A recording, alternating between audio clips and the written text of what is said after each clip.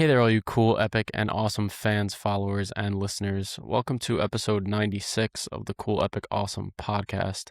My name is Matt, and I'll be your co-host today. I don't know. Excuse me. I'm your other co-host, Joe. I don't know why I had a stroke right there. That's all right. 96 episodes will do that Yeah. to you.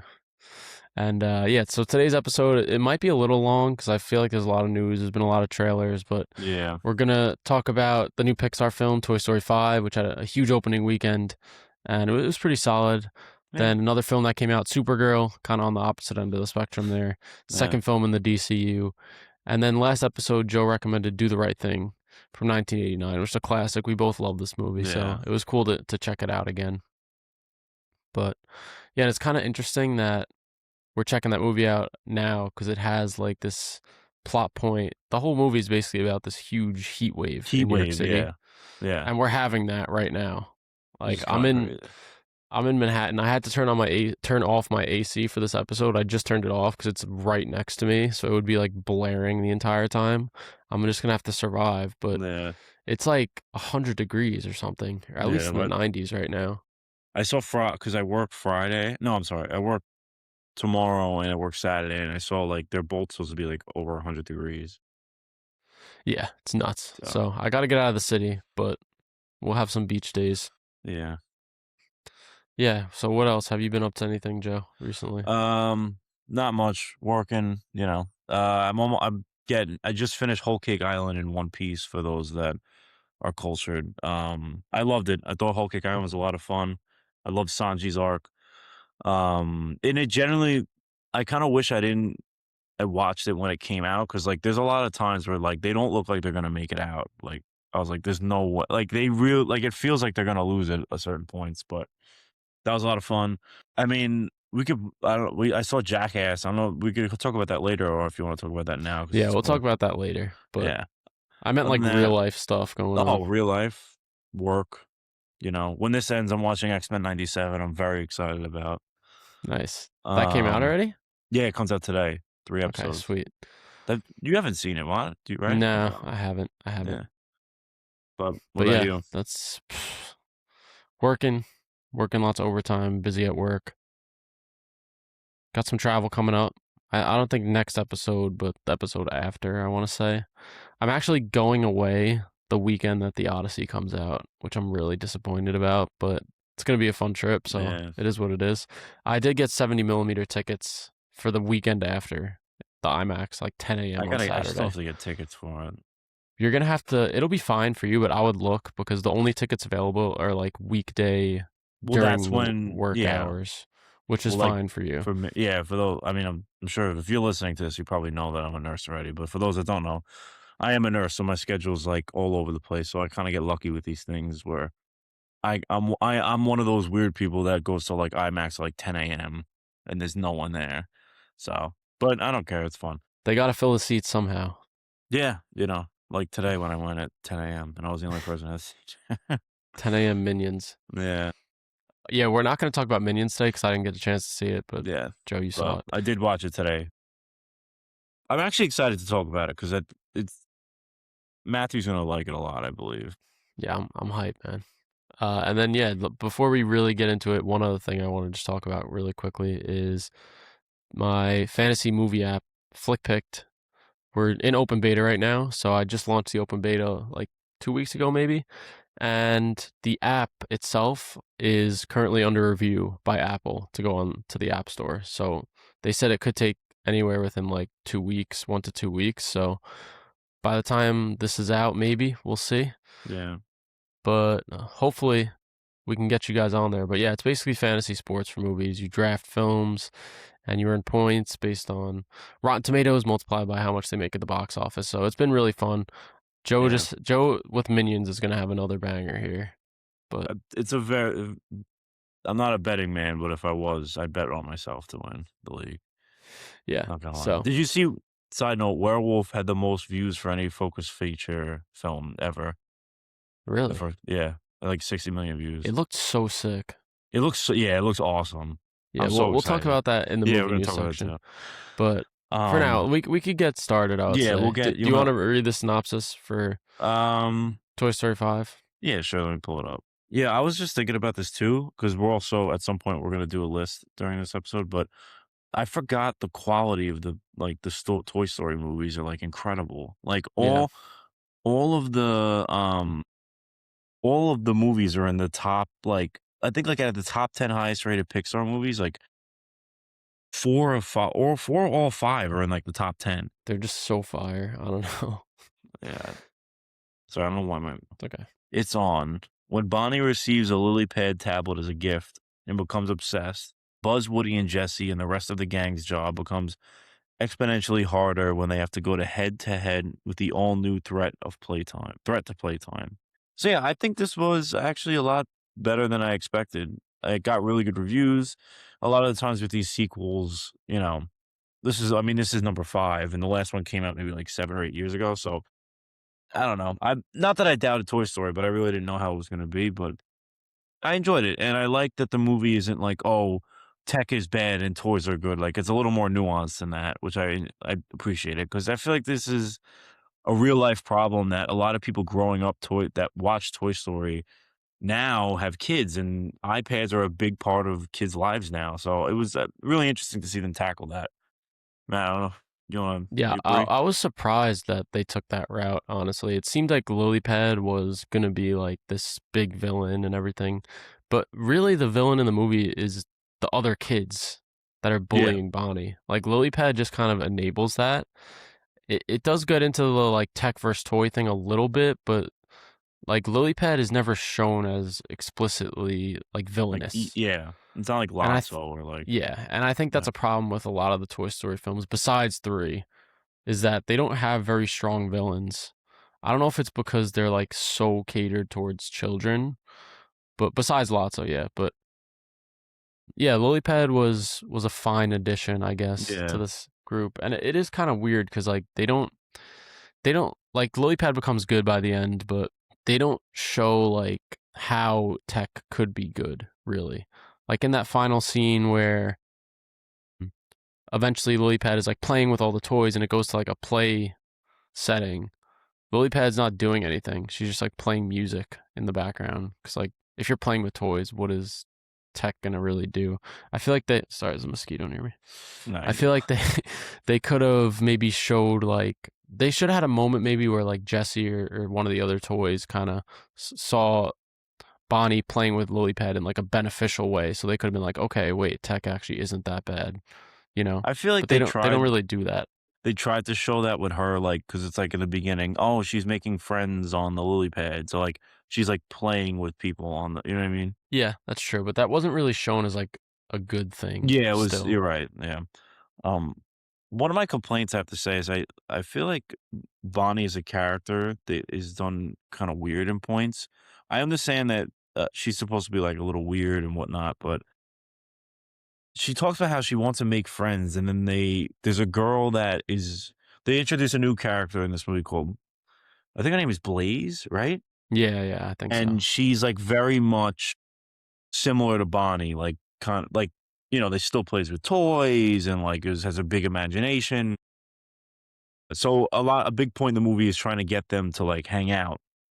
And there's I believe 2 times where Blaze makes an attempt to be friendly to her, and then Bonnie just acts like a weirdo for some reason. And she's shown earlier in the film that she has no problem because she approaches her neighbors and asks them to play, but like earlier in the film. So it's not that she's nervous to talk to people. So I'm like, what the fuck is, I get it's a kids movie, but that's Maybe like, it's the fear of rejection coming from her. I don't know. She probably thinks she's gonna be judged after everything she went through with the yeah, I iPad and guess the I'm mean girls nitpicking. and stuff. Yeah. Yeah, but what'd you think of Jesse as the lead? I liked it. I mean, I feel like I don't know. It was kind of nice to give her the spotlight for a little bit. Woody has like I mean, honestly, I'm not gonna lie. I haven't seen the fourth one, but Woody's pretty much the lead in all 3 of them, I feel. Yeah, I would say So, the fourth I one is mean, definitely about him, and I like didn't mind it at all. I thought she he was he doesn't fine. serve that much of a purpose in this Woody. No, he's kinda just like a background character. But, like, Like he it's base fine. I don't really that didn't Yeah, really bother no, me. he had this big nice send off in Toy Story 4, and then he's just brought back for this, and he's brought back and he doesn't really do anything. Like they could have had the story just be Buzz and And Jesse Jesse, and yeah. about them, you know? One thing, little nitpick, I don't, correct me if I'm wrong on this, but in all the other movies, I feel like in this one especially, they don't give a fuck about being seen by humans. They just like, they go so close to that line of like doing shit that would get them caught. Like Yeah. there's a scene where there's like But I feel like that 15 Buzz Lightyear drones flying above like a highway, and there's cars passing, and the toys are like in the air talking to each other. And then Jesse and Buzz like kiss, and there's cars and humans everywhere. So like, do they just not give a fuck about being seen I anymore? guess. Yeah. It's definitely a nitpick, but like it was, I was like, Was it what at the fuck night or is happening? something? It Was that was, but it was all lit up, you know. yeah. What did you think of like the Buzz Lightyear army? I don't know. I feel like that was because remember, like when this first got announced, they were like, "Oh, the villain is 50 Buzz Lightyear models that get stuck in factory mode." I feel like they animated so much of it that they just kind of found a different way to use them Yeah, because they serve no purpose in the plot until the very end. yeah. There, it's Yeah, definitely like a B plot going on in the background, and yeah, then they and figured out a way to tie it in at the yeah, end. I do like some aspects of it of seeing like, because you know, when you have a movie like this where you're supposed to believe that like all toys are actually alive and hiding, it's like how does that work? And it shows like a toy from being opened out of the packaging all the way up until the end of the movie, and it's like what happens when a toy is born? Like how do they know to hide from humans? And it's shown as like a natural thing. Like the Buzz Lightyears just collapse when the human comes by, I don't and know. they're just like, It's like think about wild animals that know how to naturally do no, things I'm on their yeah, own. no, I'm saying like that's why I liked it Oh, because oh, it okay. like shows it. It kind of like answers those questions as to how Yeah, do toys get to this point.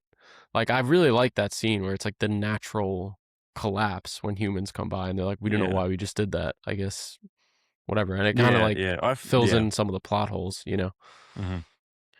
What did you think of the animation? I actually thought it was great. It was I was yeah. really impressed by it. The playtime scenes I thought were really good, and I thought that I could have watched a full movie of just those playtime scenes. Honestly, they're easily the most creative thing they've done in the like animation wise in the movie, in my opinion. Yeah, even just the base animation I thought was very impressive, especially when you think back to the original Toy Original, Story. yeah. Wasn't this like the first CG animated film? Yes, Toy Story 1 Yeah, was.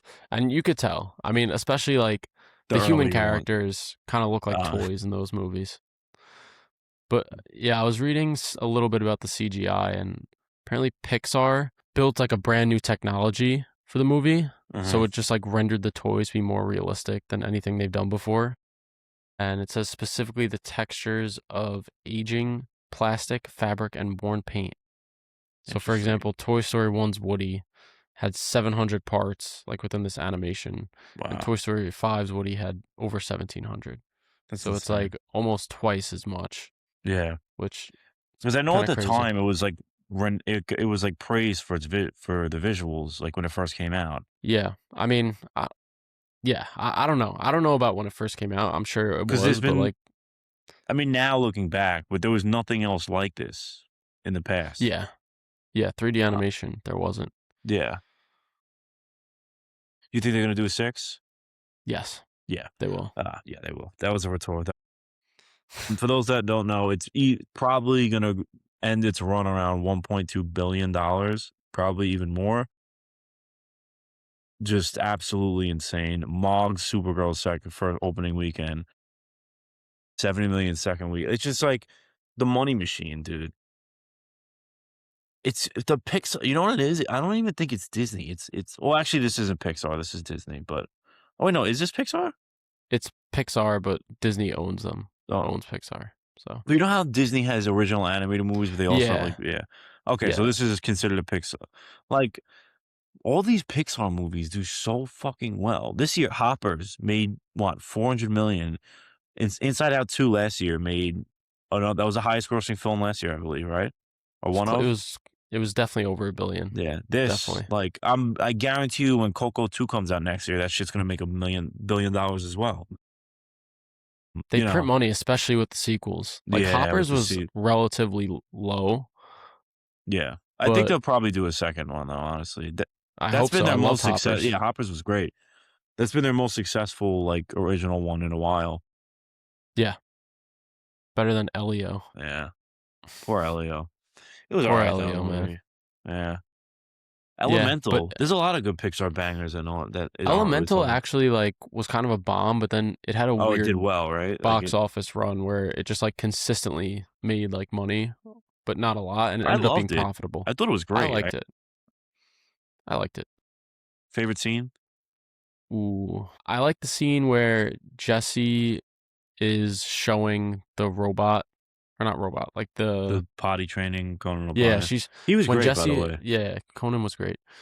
My favorite scene was when Jesse was showing the animatronics, like FNAF, when she was Playtime. showing those toys playtime, Yeah. and they got to have that experience. I just love like you mentioned the animation during those moments and just like how fun those scenes are. Bullseye has his voice finally. Yeah. He's voiced by Alan Cumming, I think, No, it's right? like Jerry something. I'm pretty sure it was Alan Cumming, but Maybe it is. I thought it was someone else. Wait, I have the cast list in front of me. I'm an idiot. Oh, you're right. Evil Bullseye. Damn it. Evil Bullseye. That's so but yeah, funny. just that scene of Jesse showing the electronics what it's like to actually play, and she's like, you have no idea, and it goes into this whole thing, and it's just like such a fun scene. Yeah. And then when they get out of it, they're like, wow, you were right, like this is so much better, this is amazing, whatever. And it does kind of like make me think of us growing up. We used to play with toys all the time. You Yeah. know, we Yeah. had like all figures, like the little Marvel superhero guys. We'd make them We had the fight and all Godzilla this stuff. figures. Yeah, and nowadays, you know, kids growing up, do they feel Nami. that same Sorry. joy? Nami just like Why? What'd she do? flipped over and like slammed on the ground. Sorry. That's Yeah, okay. no, I agree. And honestly, it makes me think like if I have kids one day, I don't like I want them to play. I don't want them to be sucked into the iPad, you know? 100% agree. And one thing, listen, we're not parents. We don't know what it's like to No. parent. And I could eat my words here, but when I have kids, like if they're crying sitting at a restaurant, like I'm not handing them an iPad to just shut them up, you know? Yeah, we didn't what did we get when we were kids? We had a fucking belt. Crayons. We had a belt or a slap. We didn't get a no iPad. Um, No, that's nah, not nah. true for No, legal yeah, no, purposes. not No, true. we didn't. But Um, yeah, you know, give them a toy car. Give them something. Give them some action yeah, figures. Like I don't want like my children at least to be reliant on on technology. that. And I think there is like the thin line between being reliant on it versus, you know, Yeah. like having it around Like, in I think we're general. we're very lucky in the sense that we grew up, like, right on the cusp of having toys, but we were introduced to technology at a young age that it's not, like, foreign to us, you know? Yeah, definitely. Definitely. And there is this concept that the parents play with in the movie of like, yeah, we want our kid to play and have toys and like, you know, not be sucked into Mhm. this technology, but we also want her to fit in with her friends. Yeah. She can't be the only one that doesn't have the lily pad because then she's going to be looked at as lesser or like different or whatever it may be. So Yeah. I do like that they kind of had that subplot as well for the adults watching because I'm sure that's something that a lot of parents struggle with. Absolutely. But yeah, one complaint that I had, and it's not the movie's fault at all, but I just feel like our age group is the one demographic that it doesn't work for Yeah. because it works for kids because it's an animated movie, it's Toy Story, and it works for parents because it has parents in it, and there's a lot with, you know, there's a lot to do with like parenting and introducing your kids to technology or not. So it works for those parents, it works for kids. That then where does that leave us? We're not kids and we don't have kids. So it's hard for us to kind of like find anything in this Yeah. movie for I think us, you know? like, I can acknowledge that this is a very well-made movie, but I can also acknowledge that I am not the demographic for this movie. There's moments that I enjoy, like aspects of the animation, but overall, like I'm not. Yeah, I don't know. Like it's not a bad movie, but I just didn't enjoy it as much as like the intended audience did. Yeah. I think it's probably the worst in the franchise. I I haven't don't seen 4 in so I I don't don't know. really remember 4, but I would I say it's remember. like the worst in the franchise, but it's still good. Yeah, like it's not a bad movie at all. No, it's not. But I'm trying to think of my favorite scene now. I mean, all the playtime scenes are great. Jesse, like, real like, kind of putting together that Blaze and Bonnie would be good friends was cute too. But the playtime scenes really are the ones that stick out to me. I know that's a boring pick because you picked it, No, but it's fair. I picked one yeah. specific one, so The other one was it was the wet. Are they both weddings? yeah. The first one is a wedding that someone gets poisoned. The second one's like the wedding between Woody or between Yeah. Jesse What and did you think Buzz. about the Jesse and Buzz Lightyear, like, romance subplot? I don't know, I honestly. I didn't It really felt like, a it just little felt weird. weird, right? Like, I don't know, it just felt like it was, like, unnecessary. Like, you know what I mean? Like, why are we I don't know, it's nothing wrong with it. It's just, like, it just feels weird for, like, a kids movie. I don't know, maybe it's 'cause they're toys? I don't know why, Yeah, there's but something off-putting about off like about inanimate objects getting married to each other and the implications of that. Like, I Yeah, mean, I don't know. Like, I feel like, obviously, like, Woody's like had, like, a crush on, like what? Bo Peep. No, I was gonna say, I have a feeling maybe Toy Story 6, like, there's gonna be like a baby or something, Nah, like a there's mini no way. Buzz, There's no and it's way. like that means Buzz. Never mind. No. You know what Like I'm the gonna Angry say. Birds, um, but no, I It's don't funny, I don't like know, the discussing films post for Angry Birds when it was revealed that he's gonna have. It's like it it's was like like Red Red has fucked and he has a kid. it's like Red as fuck to confirm 3 times in the new Angry Birds movie. Yeah, I just It's all like there's something weird about toys. Like I don't know if I don't know. I don't know. No, Maybe I agree. I'm happy that, like, I'm not the only one that feels this because I felt like it was a little weird too, yeah. you know? I don't know. It didn't like ruin the movie or No, not at anything, but all. it is like a big aspect of the movie that he's building up the courage to Yeah. ask her out. I don't know, I feel like, maybe it's a hot take, like, I feel like it's some of the kids' movies I like when there's no, like, romantic subplots and stuff. Not even kids' Yeah. movies, even, like remember that period in superhero movies where they would shoehorn in, like, a girlfriend or, like, something like that? I feel like that's so common, and it's Yeah. nice to not actually, like, I don't know. Like, Shang-Chi, I remember was, like, a specific one that was one of the first MCU movies where there was no love interest, like, they were just friends, and it was nice, like, it worked better, Yeah. but Except it was Aquafina, but yeah. yeah. But yeah, I think the thing that pushed over the edge for me with the romance, like they kiss. It's like these are toys. Yeah, They're it's like they're weird. inanimate objects. I get that they're alive, but how is there like a physical element to this? I mean, I feel I'm like it overthinking it, obviously, feel like it would but have made more sense if they kissed if, like, it was a playtime thing and, like, like, Bonnie made them kiss or something, you know what I mean? Like, that would make more sense. yeah, I don't know. It's listen, Yeah, we cover because the unorthodox topics here on the Cool Epic Awesome. can toys fuck? Can they procreate? Can they procreate? No, No. and it was a little surprising to me that they went that route because in 4 there is like this implied romance between Woody and Bo Peep, but they never really like do anything with it, you know? Yeah. Because I felt like, okay, like this is a kids movie. We're not gonna make them have an actual relationship. We could just kind of like leave the implications of it because that's all you need. But this one, they Yeah. really went for it on that Yeah. front. I thought it was I'm trying. interesting. I'm Well, trying to think. I feel like there was another animated movie, well, the Mario movie, where like Mario has this, like he likes Peach, but they never like make them kiss or yeah, anything yeah. or have like this Well, then that's relationship. because Nintendo's, like, weird with the romance shit. Like, they never like, it's always like that they're friends. It's like, "Oh, you saved me, my friend." Like, it's never you know what I mean? I don't know why. They've Yeah, always been like that. With all their I don't know. properties, there's not a lot of romance stuff in their properties. Yeah, it was just like a little different from you Yeah. know. But romance, I guess. Listen, Cars has a romance. You know, Does Lightning it? McQueen and like that blue car. Oh, I yeah, forget her name. Like yeah, I forgot Sally, about maybe that. is that her name?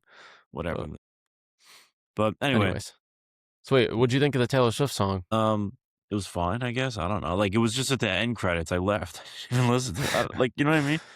I actually like the song. I thought they should have used it in the movie at some point, but I also like don't know where they could have because you can't really put it in the Maybe scenes like with in a Jesse. throwback scene with Jesse with her old. But I thought that, but those scenes were kind of played for like sadness. Yeah, Like it's too upbeat and kind of like happy for that. that's But true. Well, no, I I just mean it I could have been like happy memories, I guess, yeah. That's a like good point. reminiscing. You know, Yeah, I feel like it could have worked as a needle drop at some point in the movie. speaking of needle drops, Speaking of needle drops now. we'll get to that later. Yeah. But yeah, Favorite character? Jesse, I think Jesse definitely Yeah, has the most I to think for do in this this movie, movie. definitely. Yeah, Yeah. Jesse was great. I guess And second honestly, would be the lily what's it pad would called? be. Oh, the Sorry to potty cut you trainer off. was great too. Yeah, Conan. Joan Cusack, is that who does Jesse? Is that her name? Yep. Joan Cusack? Joan Cusack? Whatever. She's a great Uh, actress. She was great, even though she's really old. All right, yeah, that she sounded like sounded. mean, but she's I'll say she's much older than when the first Toy Story came out. She sounded great, I mean, so is honestly. Tim Allen and Tom Hanks. Yeah, like you could kind of tell they're getting a little older, but it really was not that bad. Nah, and Pretty I'm sure great they use voice AI and acting. shit to enhance their, you know. You think so? Just because it's Disney? Yeah, dude. I'm pretty sure Tom Hanks said like, "Oh, pretty soon they're not gonna need me. They're just gonna use AI for my voice so they can make Toy Stories when I'm dead." He said that. I'm not even kidding. Like he said that was an actual quote. I mean, listen, it's his voice if he wants to Yeah, let them use it, I guess. But all right, but we could get to ratings. so yeah, I gave Toy Story 5 a 4 out of 5, so an 8 out of 10. If you're going in expecting a Toy Story movie, you're getting exactly what you think you're getting. Doesn't reinvent the wheel for me. It's not groundbreaking or anything like that, but it's enjoyable. It's fun, you know. But yeah, you know. I was quite a bit lower on it actually. I gave it a 3 stars, 6 out of 10. I don't think it's bad by any means. I just Hmm. think it's not entirely necessary. It's, you know, there's a lot of aspects of the film that we didn't need in this franchise. Like Woody got his send off in Toy Story 4. He didn't really serve Yeah, much of a purpose to the plot of this movie. It's clearly it's clear that he's only in this to sell tickets, which tickets. worked. Yeah, yeah. But, I was gonna say, do you that's think me watching 4 would change how I feel about 5? I think so because he Yeah, does have a pretty good send off. because like in my like Woody being there is like a non-issue for me. Like it doesn't because I haven't, Yeah, you know. yeah. So that's But fair. Maybe that's why I yeah, like it a little more. yeah. I mean, Jessie's story is good. I liked, her Yeah, her I just feel like revisiting her old home and everything. What? I just feel like a lot of the stuff that I don't like is like nitpicking and like things because I'm a 26-year-old adult, you know? So I feel like I can't some of the things I don't like about it, I don't not that I have to like explain my rating, but like that like certain things that I don't like about it, I feel like it's just things that like it's a kids movie, so it's like what do I, you know? Yeah, that's true. But yeah, I guess like my last complaint is with the premise. I feel like they could have done a lot more with the tech versus toys. They didn't like fully get into why tech is bad aside from the cyberbullying stuff, which, not that doesn't have to do with tech itself. That's like the other mean kids, which kids are going Yeah. to be mean online or in person. Like bullying is a thing regardless. But, I think the movie's fine. It's either worst or second worst of the franchise, but least best, I'll say, because it's still pretty good. So, Yeah. But yeah. For this episode, since we were watching a Pixar movie, we did our top 10 Pixar movies. So I'm gonna be honest with you guys. Do not get angry at me. I have not watched a lot of Pixar movies in a long time. So bear with me. My number one is like I think that's undefeated. It's not for question. But everything else, I had like three honorable mentions. Wall-E, great movie. I believe it's the only Disney movie on the Criterion Collection. I believe you're right. Yeah. Toy Story 2, another great one, but I haven't seen it in a very long time, so I don't remember much about it. And Turning Red, which is a movie that I actually really liked, and it came out during COVID, so not a lot of people saw it. But if you know, check it out on Disney Plus if you guys haven't seen it. But pretty good, Turning Red. So what you want to do? Rapid fire? You want me to Yeah. Just rapid fire it. all of them or just Just, yeah, remote? All go right, 10 through 1. You all could right, say like a sentence about yeah. if you 10 through want, but 1. Number 10, I had Inside Out. It's a cute premise. I like the ideas, all the little emotions. Number 9, Toy Story 3. I had like I really like Lotso. I liked like them, being in peril and stuff. Number 8, maybe a little hot take, Hoppers. Is definitely one of the better Pixar movies in the last couple years. I really enjoyed it. Number 7, Elemental. We spoke about it before. I'm a sucker for like an immigrant story, so I really enjoyed this. Number 6, the original Toy Story, a classic. Also, Elemental, for those that don't know, it's like supposed to be about an immigrant story. It's but whatever. 5, I had Finding Nemo. Haven't seen it in a long time, but have very fond memories of it as a kid. Haven't seen Finding Dory either, which I don't know how that is.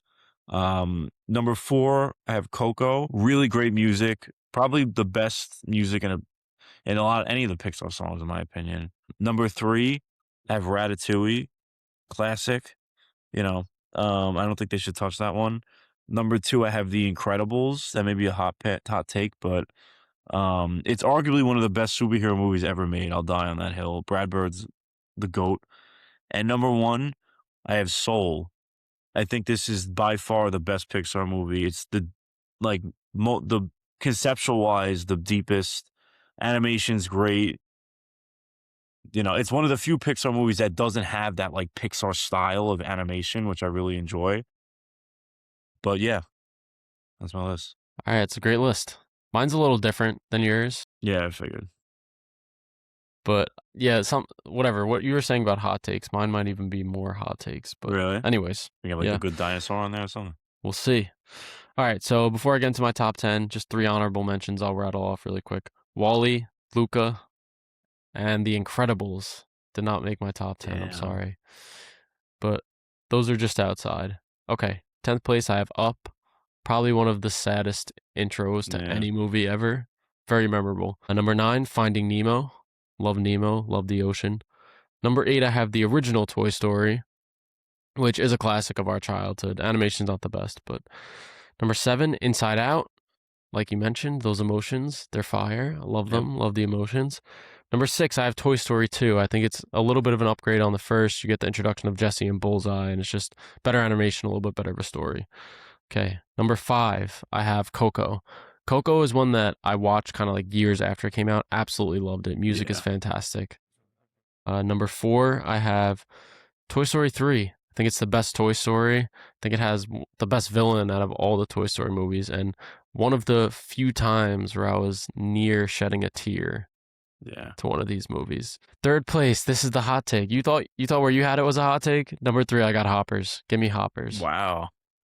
Damn. It's that good. It is that good. It is very good. I have to watch. Recency bias is a thing. I have to rewatch some of the really good ones. Yeah. This is definitely recency bias, because looking at my list, I'm like, Toy Story 3 is definitely better than Hoppers, in my opinion. But whatever. This is like, Yeah.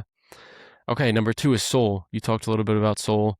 I watched this during COVID when it came out. I remember putting my headset on and watching it on my PlayStation, and I locked in for like 2 hours straight. It was so good. Jamie Foxx does an incredible job as the lead, and like you said, very existential. Awkwafina it's a lot. Actually has a good role in this. Yeah, it's a lot deeper than a lot of these movies, which I appreciated. Then number 1, the best Pixar movie ever, the best animated movie ever. Give me Ratatouille. Give me Ratatouille. I don't give a fuck. I know we talked about it once on the podcast, but I don't know why I love Ratatouille so much, but I think it's like it's just, I don't know, the vibes of France. It's just like a really good story. Yeah, it's a combination of like the setting, the characters, the animation, just like this little rat that cooks. Like, it's such a fire idea, and a ton of memorable scenes. Very funny too. Yeah, it is. But Toy Story 5 did not make the list. And just for context, I have 30 Pixar movies on here on this list. I'm not sure if I'm missing any, but Toy Story 5 is 24th for me. Dude, I'm like, you know how many movies I'm behind on Letterboxd right now? 50. Yeah, like 52 movies right now. Bro, just don't even review them. Yeah, I know. But I'm such an idiot. I never caught up when I went on my trip, and it just kept like, it just looks like I haven't watched a movie since March. Yeah, you got to get on that. I know. Yeah. Anyways. But So let us know down below in the comments what your favorite Pixar movies are. So, all right. we can get into our next film, which I'll read the synopsis for. Sorry, folks. Random side note while waiting for Matt, not movie related. Where do you guys think LeBron is signing for my sports fans out there? I think he's coming home. I think he's Dude, going to the Cavs, but he's coming to New York. that would be Sorry. fire if he came to the next song. But anyway, Yeah, I don't know. I don't know where LeBron's gonna go. I feel like Cavs probably makes the most sense yeah. where he's at in his career. You know, I retire saw that he there. wants to be like the third option on a team. So it'd be like Mitchell, Harden, and him. I mean, I feel like he still wouldn't be the third option there. He'd probably be the second option. But Yeah. he just said he needs people to like take the scoring load off him. So Mitchell and Harden could do that. But anyways, We'll see. I got it up finally. Okay. Truth, justice, whatever. Really edgy. Yeah. When an unexpected and ruthless adversary strikes too close to home, Kara Zor-El, aka Supergirl, reluctantly joins forces with an unlikely companion on an epic interstellar journey of vengeance and justice. So, Supergirl. This movie has a lot of discourse surrounding it. And I think that it's a great time, you know, people are hating on it for no reason, or it's the worst movie ever made, like James Gunn should be fired immediately, when the reality stands somewhere in the middle between those two. It's not great, but it's not horrible. It's not horrible. People are saying it's like, sorry, what? continue. No, I was no, like, go people ahead. are saying it's like Morbius, like the Marvels level. Like I guess it's more on the par with the Marvels. Like it's Yeah, not. I was gonna say, to me, this feels like the lower tier kind of MCU movies. Feel, Think like Phase Ant-Man and 4 the MCU. Wasp, kind of the Marvels, like stuff like that, where it's solid. You know, it does what it has to do. It introduces this character. It tells like a fine story, but it's just that. It's solid. And when Yeah. you come off something that was as pretty much universally well liked as Praised. Superman, Yeah. and then you get this, it obviously is going to be a bit disappointing. Yeah. So Yeah, I really wanted to like this. Like I like the cast, I like the director, I love the book it's based off of, but it's just I don't know, it's very mid. There's nothing. Well, to be one thing that really bothered me was the comic it's based off of is very heavily visually favored. Like there's a lot of good visuals in the comic. And this movie doesn't carry any of that forward at all. And, you know, I feel like that's part of the reason why originally it was titled Supergirl Woman of Tomorrow, like the comic, and they dropped the Woman of Tomorrow is because after like the first 30 minutes, it goes off the rails. It's not accurate to the comic after that. Like Krem looks so different and his whole like it's just he's like a completely different character in this. He's just like a dude. He's like a ginger dude with a sword, and like that's his whole look in the comic. He's not supposed to be. He has a strength of 10,000 men. That was the closest they referenced it. They said that line in the movie. That was the closest we got. They just were doing like way too much with them, and even his whole group. It was just weird. They didn't have like his ship in the comic is like dead ass like a giant pirate ship. It just looks like a fucking cargo ship from Avatar in this. Like I didn't like it. You know. yeah, I think the Um, villain is definitely one of the weakest points of the yeah, movie. yeah. And it is weird because they're like they build up this whole thing of, you know, he's basically sex trafficking children. Yeah, no, that's what It's like exactly what he's it's doing, yeah. horrible. It's so evil, but Kara He like doesn't really seem to care about that much. I mean, she does, but when she kills him at the end, spoiler, she says, "Oh, this is for capturing my dog, and this is what you did to Ruthie." Bro, how about this is for sex trafficking millions of children across the galaxy? Like, it's weird that they introduced that plot, which I'm assuming is not in the book at No, all. there's nothing, that's, like, And completely new. there's like no emphasis on like that's really why he's evil. I get that he shot her dog, but it I was think it's weird. just supposed like, her character just doesn't care. Which, yeah, like, I mean, yeah, it's just, I don't Which know. honestly is not like, for this take on Supergirl and the take in the comic, it's not the craziest thing for her to not give a fuck about things. And just, like, be it like, the whole point in the comic is they team up together is because, like, she in the beginning, she doesn't care about Rue. Like, it's not Rue. Is that her name? Rue? Ruthie. Ruth, I'm sorry, Ruth. And she doesn't care about Ruth, and it's like they have a common goal together, so that's why they team up together. Um, you know, they didn't include the fucking soul. I think it's called a solar dragon. I wish I could Just look up because you know how to do it. Look up Dragon Woman of Tomorrow and just Okay. pull it up on the screen for a second. Okay, give me 1 second, folks. Talking about this? No, that like the This thing? no next to it. This thing? No, that. This thing? Yeah. What? What is this? That's her. She's fighting the blue. She fights like Oh, it's like a oh. solar, it's like a giant. So imagine, you know that scene with the transporter thingy? Yeah. Imagine instead of that, she goes out in space and fights like a giant, like soul. Like I forgot. I think it eats suns or something. I haven't read the book in a couple of years, but But you know what we got instead? We got ooh, Seth Rogen as an alien and talking. Timu Ravengers. Just yeah, such a disappointment, dude. She doesn't have her horse in this movie. I get that the jaded version of Kara is like from the book, but I didn't really like that. I kind of like her to be at least a little more hopeful. She's like, it's like depressing watching her. Well, She's like yeah, I so mean that's unlikable, especially in the beginning, you know? honestly that's the most accurate part of the book is her character. Like the character arc is very similar. Like she's just because she watches her entire race die, and then like she watches her planet die, and then the city, everyone in the city dies of like cancer essentially from the radiation. So it's just like she watches her mother die, her father die. So she's supposed to be like the complete opposite of Superman, essentially, like extremely jaded and scarred from like her experiences. She's living on the outskirts of space. You know, that part I didn't really mind. Also, wait, we didn't even mention Lobo's in this. Doesn't really do much, honestly. Like just kind of shows up and does like some decent action scenes. Jason Momoa was fine. I don't know. It's like just nothing really remarkable. I feel like if they should have just made him pop in for like a scene, have him like doing something. Like maybe it'll be like, oh, he's going after like not a random fucking. I don't even know what are they called? His group, Krem's group called. Fuck. I forgot the name of them. I I forgot their Just name. keep on the Sorry. whatever the Cenobites, but um they should have made him be like, oh, maybe he's looking for like a different, like some other DC villain from space, but he's just in the movie because they're crossing paths because they're in space, and he'll Yeah. pop in for a scene, they have a fight scene, and then that's it. Like I feel like that would have been a lot better.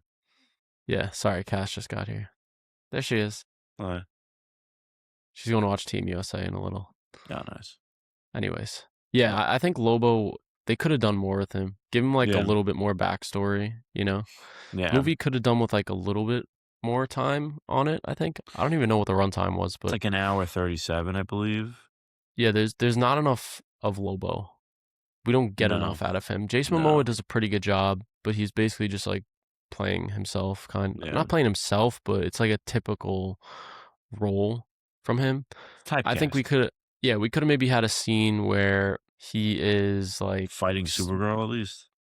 That would have maybe, been yeah. cool. I mean, they never fight at all, but I know, but like like they're both in the movie. They should fight. You know. yeah, yep, yep. Anyways, yeah, I lost my train of thought. I'm sorry. No, you're good. Hold on a sec. Okay, I was gonna ask you about Millie Alcock. What'd you think? I thought she was great, honestly. I have no complaints about her as an actor. I mean, as an actress. Like, I don't. Everything wrong with this movie has nothing to do with her, in my opinion. Yeah, I don't know if I don't know. I'm a little bit mixed.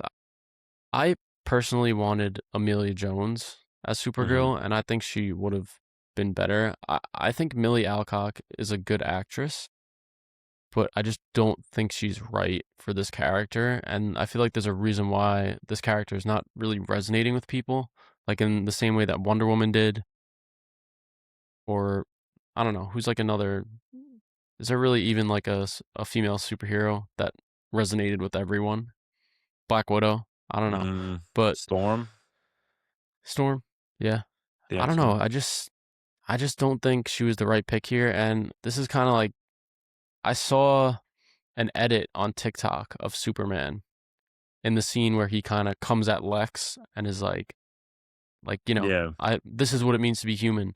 Like that whole monologue. And he's like such a force in that movie. yeah, And sure, like I see a lot of people saying Millie Alcock was great in this. Her performance here does like not even come close to how good David Corenswet was in Superman. And I yeah. feel like you need that level to match that. Otherwise, it's like, okay, But why do I respectfully, care? what in this script, like, where does she have that opportunity in this script or in this story That's per true. se? That's true. You know, I don't know if she even has a like, well, monologue in this movie. no, she doesn't. The closest she gets is like when she taught. Like, I thought this moment was cute when when Ruth decides not to kill Krem, and she's like, "Go walk away before you change your mind," and then like walks over and just immediately like stab. Because I like people were like, "Oh, why did she kill him?" But it's like she's trying to prevent Ruth from becoming the person that she is. Like, I don't know if people picked up on that, obviously. I mean, I But thought it why was didn't pretty they clear. just do yeah, I mean that That's much is pretty. clear. Yeah, But okay. why didn't they do like the same ending from the comic, which is that no one kills him. He survives. Yeah, he just lives in the Phantom Zone like the rest of his days. And this is like James Gunn has a problem. James and I didn't want to bring up James Gunn yet because he didn't direct this movie, but he's overseeing everything, right? Yeah, So he's he's a Kevin hiring Feige. everyone. The same way you would criticize Kevin Feige is the same way you criticize James Gunn. It's Yes, the yes. same role. How is it possible that the woman who's writing this movie didn't know that Ruthie didn't kill him at the end of the book? She fully thought that he killed him, and she said it in an interview. Ruth, I didn't know that actually, really. Yes, Ruthie, like she thought Ruthie killed him. yes, in the book. And Tom King has come out and said in interviews, like, no, No. it's not But you supposed know to be what's up to even weirder, interpretation. honestly? You know who wrote this script as well, who was in the writer's room? Who? Tom King. Yeah. Why that's why I'm so baffled as to like the guy who created this story that's like cause like I feel like for the most part, it's the most famous Supergirl story out there, the best one. I don't think that's like up for discussion. It's pretty like what other Supergirl story have you heard of before, respectfully? Or a comic run. Besides maybe when Her they make her like becoming. fall in love with Superman, even though they're Wait, what? cousins. Yeah, there's a line where Seriously? like yeah, but Wow. oh, or when she dies in Crisis, actually. That's like the Yeah. other big one. But I don't like it. The formula's right there. Like I don't, you know. Also, Yeah. And I think, 175 million is a lot of money. A lot of money for yeah. this. Yep. Yep. But You know. listen, I don't know what's going on behind the scenes, but James Gunn has to do a little bit more quality control on this universe. Yeah. You are the Kevin Feige. You have to oversee this stuff. If you're busy doing like pre-production for Man of Tomorrow and like directing movies, you're not going to be able to oversee everything. It's too Well, look difficult. what like this is the same exact thing that happened in Phase 4 MCU. Feige got spread thin. He wasn't involved in all the productions. That's why it was all shit. Well, Right. imagine that, except imagine if Kevin Feige was also writing and And directing direct. No, I movies know. on It's like top of yeah, this. yeah, It's like too much. You can't have both, in my yeah. opinion, because then it leads to things like this, like miscommunications between the writer of the comic and the actual writer of the movie that I she just doesn't like even I know what don't the ending understand is. how that happened when they're in the same room. I don't know. I don't You know. know what I mean? Like it doesn't make any sense. But It's weird. It's it's frustrating yeah, because it's very frustrating because we want obviously like me and Matt are big comic fans and like we want the DC movies to do well. Like excuse me, we wanted like I wanted to like this movie, and I'm sure you did too. Like we both wanted this to succeed, but you know, yeah, I will say, I'm not concerned about. I think Clayface is going to be very good, honestly, and it's also made for $40 million, so it's almost guaranteed to make a profit. yeah. That I feel like definitely. And what worries me honestly is Lanterns, which is the next thing up. Yeah. What worries me is this like still super confidence, even though you put out this movie, which is a historic bomb. It's one of the worst performing comic book movies ever. It's going to Yeah, lose the studio like close to $150 million, I think I saw, which is crazy. And then you follow it up by saying, we're moving full steam ahead on the Jimmy Olsen Gorilla Grodd show. yeah. I don't know. I Like, don't know you why we're doing should that. pivot. Like, okay, Superman worked. You tried another character within I the Superman I think it's world. just like because I feel like they have made a you can tell like because the next things up are Man of Tomorrow, the Batman, and then like also it's very weird that this came out and then all of a sudden there's like stuff about the Batman's been cast apparently for the new Batman movie, like you know. So I feel like Man of Tomorrow is going to be more like pre Justice League, not Justice League obviously because there's like Green Lantern's in it, Supergirl's in it, all these other characters are in it. And then it seems like up next is Wonder Woman. It seems like it's gonna shoot in 27 and be out in 28. And I also saw a rumor, people are saying that they think maybe the Bane and Deathstroke movie, that the villain of that is actually Batman. That would be cool. Like, there's a like, there's a team called the Secret Six that people think this is what that movie is, and there's been runs and even movies, animated movies, where, like, they go and do a mission and, like, Batman, like, pulls up and, like, ends up, like, kicking their ass or something like that. If Batman's the villain and they wanna set up, like, his rogues gallery essentially, like, I'm okay with that. Yeah. That sounds cool to me. But, like, Jimmy Yeah. Olsen, Gorilla Grodd, I mean, who knows? Maybe it could be great, but I'm not really, like, I'm not really dying on to see that. Like, I'll watch it, obviously, but, Yeah. I just think we gotta pump the brakes a little bit on, like, the Superman corner of everything. Like, you clearly had a yeah, misfire here. yeah. Why are we still, like, pushing ahead? I mean, unless it's something great. What are they pushing it? Well, no, I feel like this is already they probably, like, at this point, scripts are done, contracts are signed, like, you can't do anything at that point with this. Yeah. It's more the stuff that's, like Wonder Yeah. Woman, they should definitely consider a rewrite, you know? Uh, Or, like, have her sit her down and be like, "We want you to read these comics and make sure that you know these comics to their basic," I know that sounds like, why am I, it's just basic things, but, yeah. yeah, It's just yeah. I don't know. It feels like we got bamboozled by James Gunn a little bit because I he mean, it's had the this first he movie, had let's there was this presentation, "This is our plan. We have a set plan. We're gonna make sure all these scripts are great. Here's the slate." And we're just, like, not following that slate at all. And it's like, what was the point of showing us that if you're doing, but I mean, Jimmy that Olsen's happens. show? And I get it, but like to think that they had this plan from the get go of like what they're gonna do is just laughable at this point. They're just doing whatever they want. Like Bane and Deathstroke is getting pushed, and the Jimmy Olsen thing, and it's just I don't know. It's a little bit concerning for what's going on behind the scenes. But We'll see. okay, Um, so what? Oh yeah, we got to talk about the needle drop too. oh, We yeah. have to. Honestly, it's like it's not even like the scene is it's not that bad of a scene, honestly. It's like an action scene, but it's just the music absolutely ruins it, Yeah. you know? I mean, that's how I Yeah. felt. Like, I didn't think the scene itself was, like, horrible, it was more just the music that killed it. I didn't think it was horrible. I think there was it reminded me of some of the end scenes of The Flash a little bit. Yeah. And another thing, like people complain about slow-mo in Zack Snyder films. The amount of Yeah, there was slow-mo in so that much scene, unnecessary slow-mo, and, like, it's so annoying much. because the fight sequence, like, it looked like it was good. Like, it looked like if they just left it in regular pace, it would've looked great.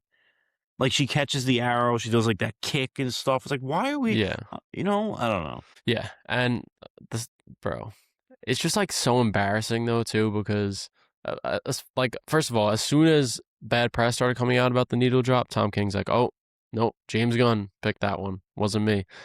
And not only that, but he's like, "Yeah, we went through like 45 songs. How did you go through 45 songs and choose that?" And it's weird because usually James Gunn is good with needle drops. Yeah, and it's also like weird because it just shows like not being prepared. When you Yeah. plan and shoot a scene, you should have in mind already the song you're going to use. You shouldn't be in post going through 50 songs being like, "Oh, which one should we use here?" You should already know before you film these things.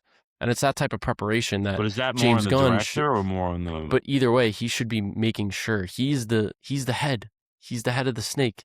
You have to make sure all your ducks are in order or but whatever the that's saying is. I mean, yes, but that's also I feel that's more like a director's choice, I feel. Like, I don't think Well, Kevin James Gunn Feige chose the song, so yeah. I don't know. It's like everything is weird surrounding this movie. yeah. It's not a good sign. It's not a good sign from creative aspect. It's not a good sign from a financial aspect. I also like Millie Alcock has been having like weird interviews recently where she's like, "Yeah, I've never watched a female superhero movie. I don't even like superhero movies." They're like, "Did you watch the original Supergirl?" She's like, "No." I mean, I don't think Like, that's like people do that all the time with the superhero movies. They're in them and they don't give a fuck. I mean, it's just not a good look in my opinion. You should want your actors to actually care. At least pretend, you know. I mean, I don't think that's that big of a deal. Like, how many times has But Harrison Ford shit on Star Wars and no one gives a fuck about that? well, some people do, but yeah, whatever. You know? Anyways, what was your favorite scene in the movie? Um, Yeah, I don't even know, dude. There's, like, nothing really that, like, visually stands out to me. I mean, her saying goodbye to her oh, honestly, I lied. When Superman when they first interact, when he takes her out of the pod, I thought that was a great scene. I All was the gonna say scenes that. with Superman and her interacting were great, Yeah, honestly. I was gonna say the ending scene where she comes back to Metropolis and Superman is in his apartment, which, by the way, Yeah. like, insane apartment for a reporter. But Maybe yeah, he lives like a skyrise apartment in the middle of Metropolis. yeah, but anyways, yeah, that was probably my favorite scene in the movie, Yeah. where they have this interaction and he finds out she's gonna stay, and you know, he's like, "I've been busy here. I could use your help." This and that. Also, for like world building things, one thing I wanted to mention, when he was like, "Oh, I could have used your help on this last guy," was he talking about Lex? I don't think so. I think he was That was just probably referring to like like a someone, villain of the right? week, or like a villain of the Yeah. week type of, Okay.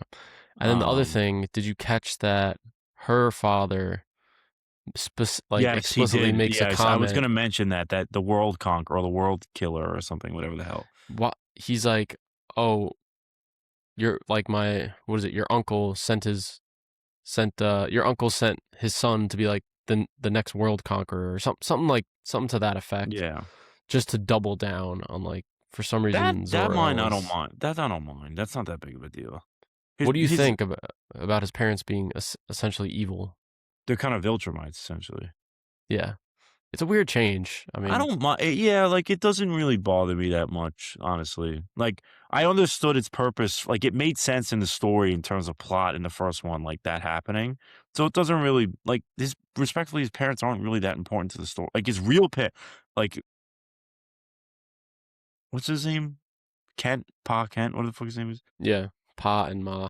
Pa Ma. They're more important to him than his Kryptonian parents are, in my opinion. Yeah, So yeah, like to me, that doesn't really matter that much. Like, if you wanna die on that hill, then sure. Not you, I'm just saying, yeah, like, fans, yeah. I don't know. Yeah, I don't know how I feel about it. It's like a weird message to send, especially the first Superman. We've discussed this, but it's basically like an allegory for illegal aliens. Like Superman is this alien, and the people don't like him because he's not from Earth, and this and Yeah. that. And then it's like revealed that his parents sent him here to like enslave all these women and like conquer the world. It's like a weird message to send if you're going for that allegory, but it also kind of works in the opposite way, where it's like just because They sent your him there to parents do did that, yeah. this to do that, whatever, that doesn't mean that you're not a good, like, you yourself are not a good person, Yeah, yeah. So, whatever. I just wanted to mention that he doubled down. So, because some people thought it was gonna be It was gonna revealed be that, like, revealed. Brainiac faked that footage or something like that, I mean, but they could always go a route of, like, Brainiac caused Krypton's destruction, and he could have fucked around with that shit. We'll see. But it's weird that they mentioned it again, but, well, who knows? yeah. But, yeah, So, uh, favorite character? Supergirl. I like Supergirl. I Yeah. don't know.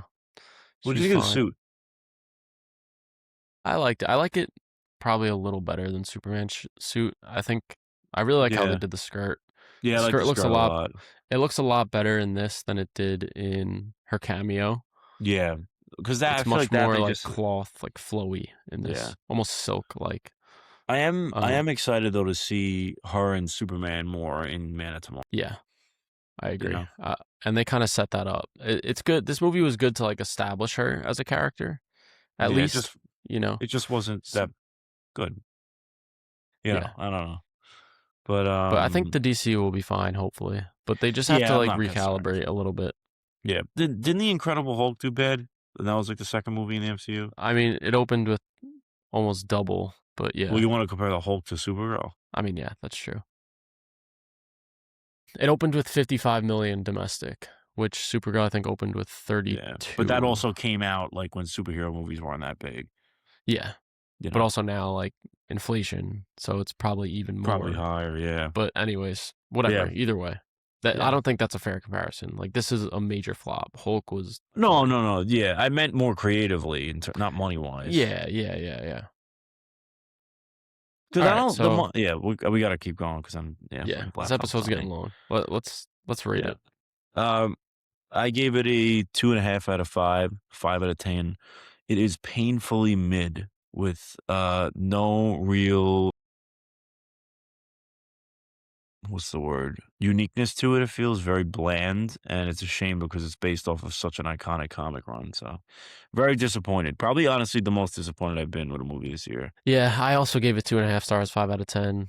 Just right down the middle, very mediocre. Yeah, Has some solid performances. I think Millie Alcock is good, but visually, nothing that special. nope, Story wise, nothing crazy. Horrible villain. There's like enough bad and good that they kind of like outweigh each other. It's definitely leaning towards the the bad side, bad. but Yeah, yeah. it's not the Honestly, worst I feel like superhero movie it's like I've ever worse that seen. it's mid than it is that it's bad. I don't know. It's worse that it's mid and it also flopped historically. Because at least you could say if it was bad and flopped that much, you could be like, the reason why it flopped is because it was a horrible movie. Now it's like, why did Yeah, it flop? It wasn't that bad. So like, why did it flop? But but yeah. Anyway, all right. let's get to movie news. Yeah, let me pull this up. Let's see what we got. Okay. We could skip this first one because we already talked about it. Hold on. What was it? I'm pulling it up now. It was the Jimmy Olsen Gorilla Grodd thing. Yeah. Yeah, do you have a villain that you'd want to appear on that? Any of the Batman Rogues Gallery, I think would be cool. You know, I think it'd be cool actually. Some of the Flash rogues. Captain Boomerang. For Grodd. I know Grodd is. I'm kind of hoping it's all the Flash rogues, like Captain Cold, And Weather then it's Wizard, just like, like no Flash. Jimmy Olsen's in it. or maybe it'd be funny if, because maybe he's interviewing them with Barry Allen, but he's just like Barry Allen, like what is he, Yeah. detective? He's like a scientist or something. He works Yeah, in a or like lab. a CSI person. Yeah, yeah. But Anyways. yeah, Yeah, so you okay, could I'm read pulling. this first one. Go ahead. There's 2 trailers to start, or I could read one of them. All right, so we got our first trailer to Shrek 5. Comes out June 30th, 2027. Now, this is the first one they released after they released one a while ago for, I believe it was supposed to come out this November originally, right? Yeah, it definitely got pushed. I forget the original release date, but we But it got got like pushed, it wasn't a trailer. We got like a a first teaser. look. Yeah, first look kind of thing. Rumor has it that it was delayed because people hated the animation a lot and story elements about, like, apparently Lord Farquaad was in the real world running an amusement park about Shrek. It was very weird. Now this is a new trailer with Zendaya and it's the guy from SNL and someone else are playing his sons. But Yeah, honestly, the I guy who don't. plays Jimmy Olsen. Oh yeah, you're right. Actually, Yeah. I don't really love the way this looks. Honestly, I don't know. It's Yeah, just I don't either. It's just weird because we just got Toy Story 5, and it's like, just because a movie is coming out so much later doesn't mean you have to change the animation. Like, they kept the animation the same because it looks so good. Why did yeah. you have to change Shrek? I think it looks a little better than that first look that we got, but I feel like there's Shrek something looks off. small. He looks like compressed. Like he looks smaller than he looks in like the other movies. I don't know how to explain it. Yeah, I don't know. He just looks different, but it's Yeah, not different enough that it's like a huge deal, but there's just something slightly off slightly about it, off. and you're Yeah, like, makes you like feel like what's off? Like, what's wrong with yeah. him? I don't know what it is really, but Very weird. yeah. But yeah, There's not much revealed in terms of plot, right? no, it's just like animation. Donkey's in it. I forgot Donkey's really funny in a lot of his scenes. Yeah. Which they're making a Donkey movie. 2028. Donkey the movie.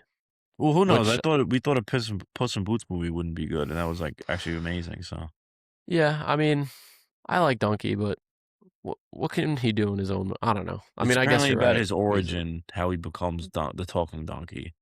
All right. I I mean, don't know. listen, if it'll make money, Sure. why not? But okay. You want to Other talk about the thing, next one? we're a little late on this, but we got a new trailer for Spider-Man: Brand New Day. It leaked originally, but this one shows a bit more of story elements, sort of like some more character development with Peter. We also got our first look at the Hulk, which through websites that Sony put out, where they put out a GIF of one of the scenes in the trailer, the Hulk actually is gray, even though he's green in the trailer. Is he They really? actually, Oh, I didn't know that. yeah. I don't know if Oh, you that's saw that. sick. No, I didn't see that. Yeah. They put up on Sony's like Spider Tracker website. If you click a certain link, like you click around the city and it shows GIFs from the trailer, and Yeah. the Hulk one where he's smashing through the buildings, he's just like gray fully. That's really cool. So so he's going to be gray, basically. Yeah, that's awesome. Yeah, so the trailer looks pretty good. I don't know if it tells me much else about the story. It's confirmed that he's getting organic webbing. It's all like stuff that we kind of already knew, just Yeah, confirmed, you know. But yeah. The Tom only thing Holland said well, that we still don't know who the main villain is. So I feel like it's people are saying Jackal. That's like kind of what I've been thinking. Or it's just Jean Grey and he's pulling like a fast one on everybody. he's known for pulling fast ones. So that's probably Yeah, that. we got our first look at Sadie Sink's character as well. She's got the hood on. It's confirmed that that's actually her. I saw some people saying like that was Peter in the hood because he wears like a She's gonna be in Secret Wars too, right? yes. So it's probably Jean Jean Grey. Grey, most Pretty likely. much everyone's saying it at this point. Yeah, But yeah, trailer looks good. I yeah. don't I don't know. Movie comes out relatively soon, so Next bit of news, we got more information about Ari Aster's next film, Scapegoat, which will be about a surgeon played by Scarlett Johansson, who is operating on a Jake Paul inspired character who dies during surgery. The surgeon then faces scrutiny from his wife and brothers, reportedly inspired by Erica Kirk and Logan Paul. This sounds fucking amazing. This sounds awesome. I cannot wait. Can you imagine the discourse of this shit when this comes out, like on Fox News and stuff like that? yeah, With the Erica it's gonna Kirk be shit, funny. dude, it's gonna be yeah. And like it's like it's remind not that it reminds me, but it's like giving me similar vibes to his last movie, Paddington. Addington. Yeah, kind of about a social commentary, and I feel like this makes sense with like a lot of these influencers like promoting like peptides and all these different surgeries and things like that. So I think it's interesting that they're Yeah. gonna kind of cover that. I have a feeling this is gonna be a looks maxing thing Yeah, I agree. where it's gonna be a character like think about a Jake Paul like character that gets some sort of surgery to enhance his appearance and ends up getting killed. Yeah, It's just like the premise is very funny. And yeah. you have Scarlett Johansson, one of my favorite actresses, at the forefront. So I'm very excited for And you know this. who the rumor is to play the Jake Paul character? Is it? I think Nicholas Galitzine, right? You Yeah, said? yeah, Yeah, so it should be good. I can't wait to get some more information about this. And yeah. ScarJo was booked. She consistently is getting cast in Yeah, shit. she's got Exorcist Martyrs. She'll probably be in Secret Wars. I can't imagine her not being in Secret Wars in some capacity. The new Jurassic World. And I'm missing something else, I believe. Exorcist. I said Exorcist. Oh, you did? Exorcist, Yeah. Jurassic World, this, and I think that's it. But maybe something else. Yeah. She's in that Ray Gun movie. Oh, yeah. But She'll probably be in Secret Wars or something. yeah. Yeah, this other thing, I accidentally sent the wrong thing. You know what I meant to send for Yeah, this. I know what you meant to But say. so yeah, just last episode. You remember what I said? They haven't done a Hellraiser house Yep. in Halloween Horror Nights ever. I was like, if I could choose one house, one dream house for Halloween Horror Nights, it would be Hellraiser. Then within 2 weeks of that, me saying that, they announced a Hellraiser house. So I'm definitely going to be going this year. I feel like Hellraiser for a Halloween Horror Nights house, there's so much you could do Yeah. there. Like, especially with how grotesque everything looks and like just the ambiance and the chains and all like the gore and the Cenobites. I'm Yeah. really excited to see what they do with that. And Me too. I don't know exactly. I'll see my Universal hat. Yeah. I don't know like the exact legal stuff behind it, but I know this has been like a long time coming. They've wanted to do this house for a Really? while, Oh, I didn't but know haven't that. been able to. So something must have changed behind the Yeah. scenes. I'm hoping I can go. It's gonna be tough this year, just weddings and shit. But that Yeah. would be sick. They're also doing Sinners as well, which will be really cool. Yeah, Sinners will be cool. And Stranger Things, but That's I kind don't of really whatever. care. We need Evil Dead Yeah. again. Yeah. I mean, it's not But too late. They could I still know, do yeah. one. So, All right. Next bit of news we got: Jim Carrey is in talks to return as the Grinch in the new Grinch movie. Ron Howard is set to direct, which I believe you directed the first one, right? I think so. Yeah. Yeah, I don't really know because there's no Grinch 2 book. There's no second book, right? And I'm pretty sure like yeah. they were very against them ever doing anything like this. So it just seems like a cash grab. I mean, Jim Carrey will be great, I'm sure, but this will make a His ton of money pockets though. must be running dry. It's weird that he like retired from Hollywood and is now coming back for a Grinch movie. Like, how much money did they offer him to be in this? This is gonna make a lot of money, dude. I Yeah, feel like this will make a ton of money. yeah, Like, definitely. yeah. Especially like obviously released around the Christmas season. Yeah, bro, like, yeah, I agree. Maybe even like I could see this being a Thanksgiving release and playing like through Christmas and just making like a Yeah, ton probably, of like, money. that last or, like, first week December, like, one of those. Yeah, Yeah, yeah. probably. Because now like the Christmas day is usually reserved for like The big big releases. movies, yeah, because now It it's was Marty Dune Supreme last year, and it's gonna be Dune Christmas Day and this year is Dune and Werewolf. Avengers. Oh, Werewolf. Dune, Avengers, and Werewolf are all December, though. Yeah. Uh, but yeah. But okay, so just a little quick thing here. Got a trailer for Taika Waititi's new movie, Clara and the Sun. My girlfriend actually just bought the book like 2 days ago and read through the entire thing somehow. Damn. And she said that this doesn't look that similar to the book, but I'm No. interested. I love Taika. I know he gets hated on. Sorry, guys, we had some technical difficulties. Looks like you changed shirts. Really? Did you? Wait, what? No. It was You just the didn't change your lighting. shirt? No, no. I thought you Maybe did. the I don't maybe the know. lighting All got right. brighter from the update. I don't know. Clara and the But Sun, what'd you think of that trailer? looks like better than the stuff he's been putting out, so a little more I feel like it promising. has potential, yeah. Amy Adams, I'm a big fan of. Although her I don't know, she hasn't really been in a good movie in a decade, I so I know. don't know. It's been a while. So, yeah. Anyways, this other trailer looks really good, actually. We got our first trailer for The Debut, which is Jesse Yeah, Eisenberg's second film after, looks what was the great. other one? What was this other movie called? The Poland one. Yeah, I forget what it's called, but you guys know what we're talking about.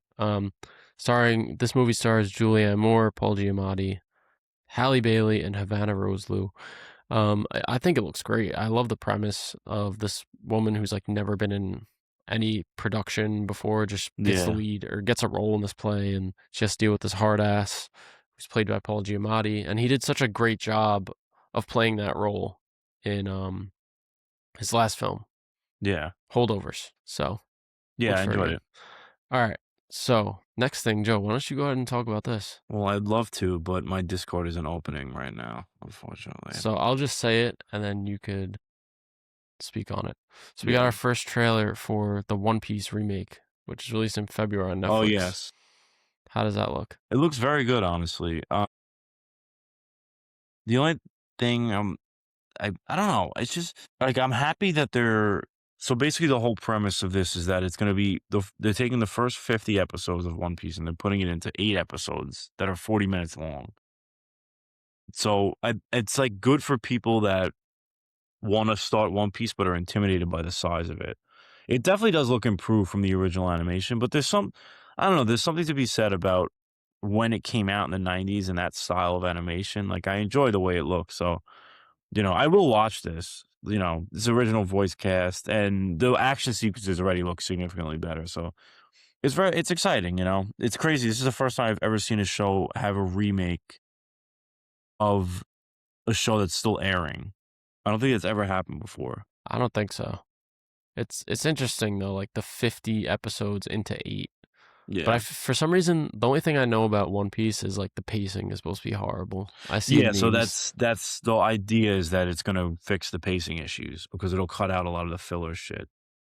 Yeah, or it's like One Piece pacing be like, and it'll be like someone coming down. It's like 5 different shots of like Yeah, them.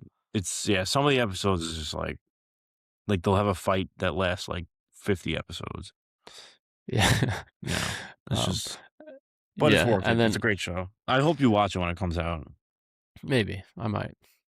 So the next thing I wanted to discuss, speaking of animated stuff, we're apparently getting an animated Absolute Batman series, which I feel like Awesome. for a piece of media that came out this recently, it's been like a year, 2 years maybe, and it's already getting Yeah. adapted into another form of media. It's kind of rare, but I think it Yeah. just goes to show how popular this series has been, like the Absolute universe in general. And Oh I yeah. think that from what I've seen, I haven't read the Absolute comics. I think you I read the have, Joe, first right? paperback, so I think it's like the first 4 issues I've read. It's great. Just seeing like the panels and the designs of the characters, I think this will fit very well in animation. Yeah. Like I This don't would think this not is work in something. live action, no. Yeah, I If was you gonna see the say. villains and stuff, it wouldn't work. So Looks great, and honestly, by the time this comes out, they'll already have at least, like, 40 plus issues out, so they'll have material to go off of. Is Scott Snyder's going to be show running it? So kind of like how Invincible. What's the guy's name? The Robert Kirkman. Robert Kirkman. He's Robert show Kirkman. runs Invincible. Scott Snyder's show running this, who's the creator of Absolute Batman. So that's very Yeah, promising I for could me. see the vision. I feel like they're definitely going for DC's version of Invincible. That's what I see this as. Like, I Yeah, don't think this is going to be a one season thing. I think they're no, going to like no. go I think rated it's. I R, honestly think and this is going to be very popular. I I like, agree. you know. You think it's going to be rated R? Yeah, Probably, right? definitely, definitely. The Absolute Universe is great. I mean, I bought the Martian Manhunter paperback. I haven't read it, and people have said that's by far the best Absolute, like even better than Batman. I have Superman and Wonder Woman. They're kind of like, Yeah. but very exciting. For those that don't know, it's basically Absolute Batman is like if Batman was middle class instead of rich. Like he's like I think he's an engineer actually in the comic, and Oh he's yeah. just like a regular guy. He's also like 6'8" in the comic. He's massive, Yeah. and he has an axe in the middle of his chest, like his bat symbol. Like it comes out and attaches to something, and it becomes like an axe, like a weapon. He like kills people though, or no? I mean, in the stuff I've read, it's not like explicitly. I'm assuming yes, because I've seen him like cut off people's limbs and stuff. But he's Yeah. definitely more violent than like Bat or the regular Batman. And it's Yeah, I'm actually excited for that. interesting. His instead of like there's no like parent origin per se. Like his parents don't get shot in a crime alley. Him and his friends go to the zoo and there's like a shooting there and it like kind of fucks up everything. And then his childhood friends become like his like Penguin, Two-Face, Catwoman, Oh, Killer interesting. Croc. Yeah, it's really Pretty cool, cool. honestly. It's like a different take. It's very good. Yeah. But yeah, We could skip this next skip thing because we Donkey. talked about it. But you can Yeah. read this one. We got our first werewolf trailer to Robert Eggers' Werewolf. Looks fantastic. It looks dark and fucking disturbing. The people look so ugly in the best way possible. Like they just look like malnourished fucking peasants. Like I don't know. It looks really cool. I'm so excited. I don't know. I don't know anything about the plot, but I like to kind of because I feel like werewolves and religion aren't vampires and religion overlap a lot. I feel, but not so much werewolves and religion. I feel Yeah. I don't know how that's relevant, but yes, because there's I there's agree. mad Christian imagery in the trailer. What are you talking about, Is there? bro? He's burning in front of a cross. Did we This is watch like the same mad. trailer?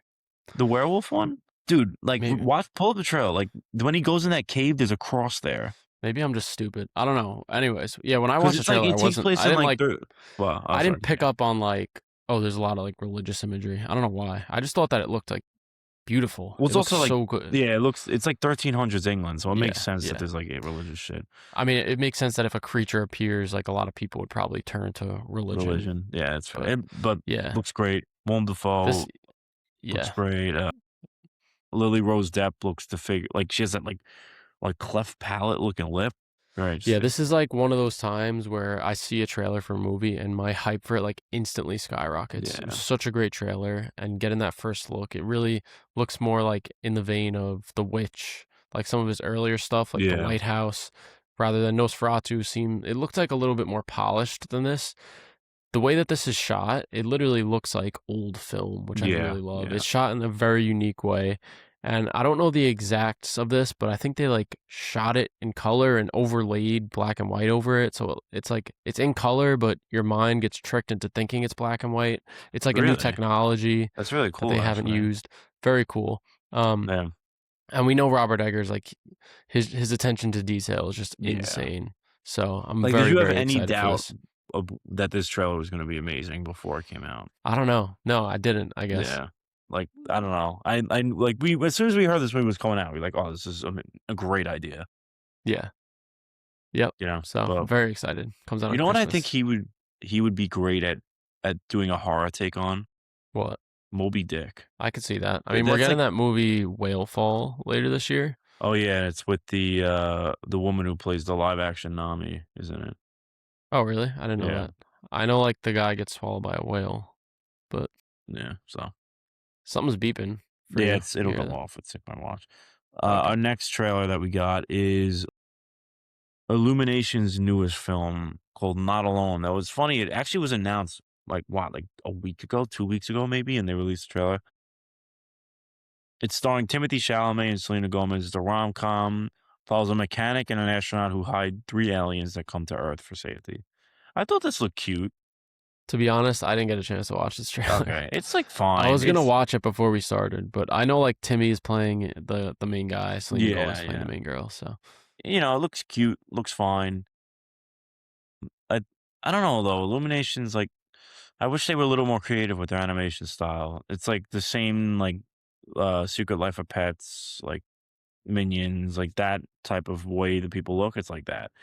yeah, it's funny, not funny, but it's kind of cool that this seems to be their first venture into sort of like non-franchise animation, where they're just like releasing a movie that's just an animated movie. It seems This to is be the like first time they've standalone. done that. And the last one they Yeah, did was well, like I don't really count Mario because that's like an IP, but yeah, but the Mario, it's a franchise. Despicable Me is a franchise. Secret Life of Pets franchise. franchise, Sing. Minions franchise, Sing.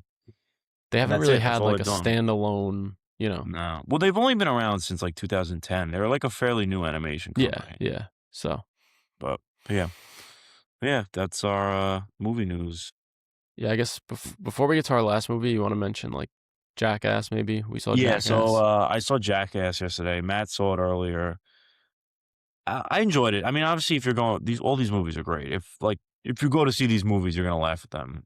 Like I feel like everyone that like my theater was actually packed. I went on Tuesday, Yeah, mine and was packed as well. it was I definitely think it's the most tame of all the Jackasses.